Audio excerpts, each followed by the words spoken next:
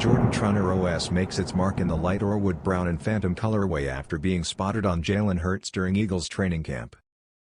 Fusing Y2K runner vibes with modern performance, it strengthens Jordan Brand's non-Air Jordan roster. The upper pairs breathable mesh with soft suede overlays on the forefoot, heel, and sides, creating a premium layered aesthetic. A standout plastic midfoot cage merges into the chunky sole, serving as both stability support and a bold design feature. Drawing on the DNA of vintage trainers, the Trunner OS delivers equal parts comfort and street style.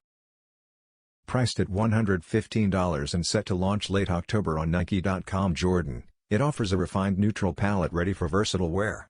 With its blend of retro tech elements and contemporary styling, this drop appeals to nostalgic sneaker lovers and fresh fans looking for an